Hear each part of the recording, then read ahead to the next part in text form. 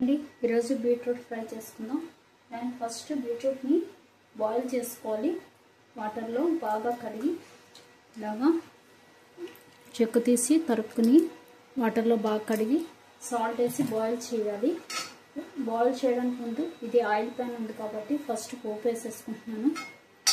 పోపుకి మినపప్పు, ఆవాలు, జీలకర్ర, అలాగే red chilli, cumin seeds, mustard seeds, ఉరుద్ద, రెడ్ చిల్లీ పోపు వేసుకోవాలి. వేసుకుంటే గార్లిక్ కూడా వేసుకోవచ్చు. గార్లిక్ ఇష్టంగా తినేవాళ్ళు గార్లిక్ వేసుకుంటే బాగుంటుంది. గార్లిక్, కొబ్బరి కూడా బాగుంటుంది. నేను ఒట్టి ఫ్రై చెప్తున్నాను.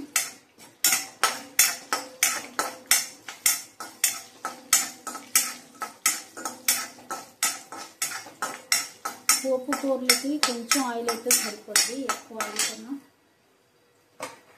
ఇది పోపు ఫ్రై కదా, దానికి కొంచెం ఆయిల్ సరిపోద్ది.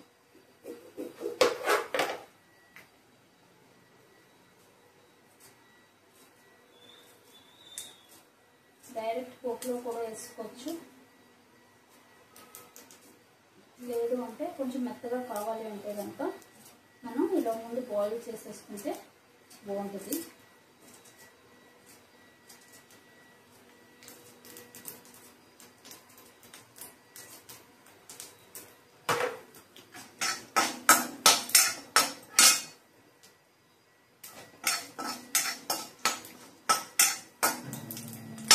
చూసారా పోపు అయిపోయింది. ఇప్పుడు ఈ పోపుని ఒక కప్లో తీసేసుకుందాం మనం.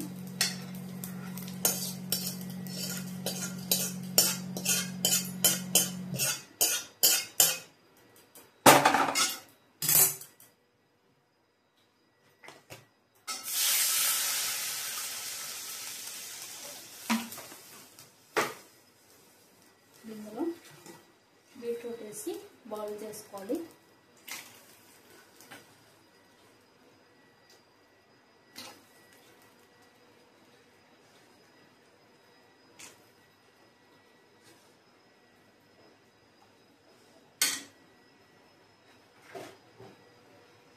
అలాగే సాల్ట్ సరిపడా.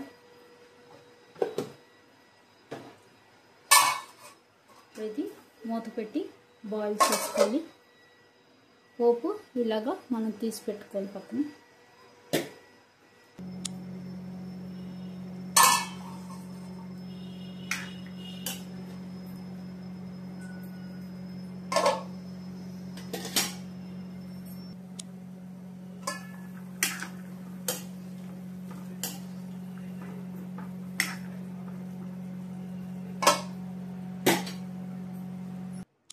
చూసారు కదా, ఇలా ఉడికించేసి వాటర్ అంతా డ్రైన్ చేసేసుకోవాలి.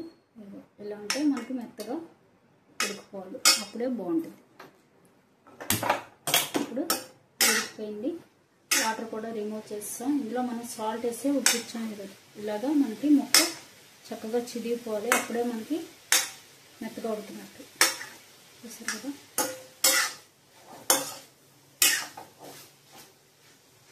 ఇప్పుడు ఇందులో మనం పోపు వేసుకున్నాం.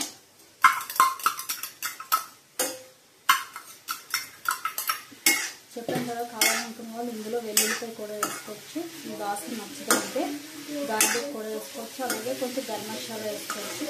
కానీ నేనైతే ఇలాగే వేస్తున్నాను.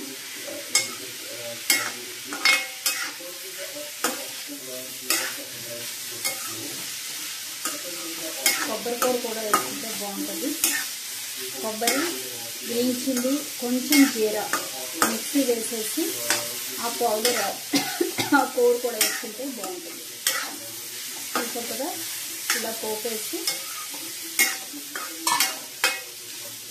కాసేపు సిమ్లో పెట్టి వేయించుకోవాలి. చూసారు కదా, దీన్ని మనం రైస్ కట్ బాగుంటుంది, లేదా ఇలా వచ్చిన తిన్నా బాగుంటుంది. అంతేనండి, బీట్రూట్ ఫ్రై రెడీ. ట్రై చేయండి. Thank you. బాయ్.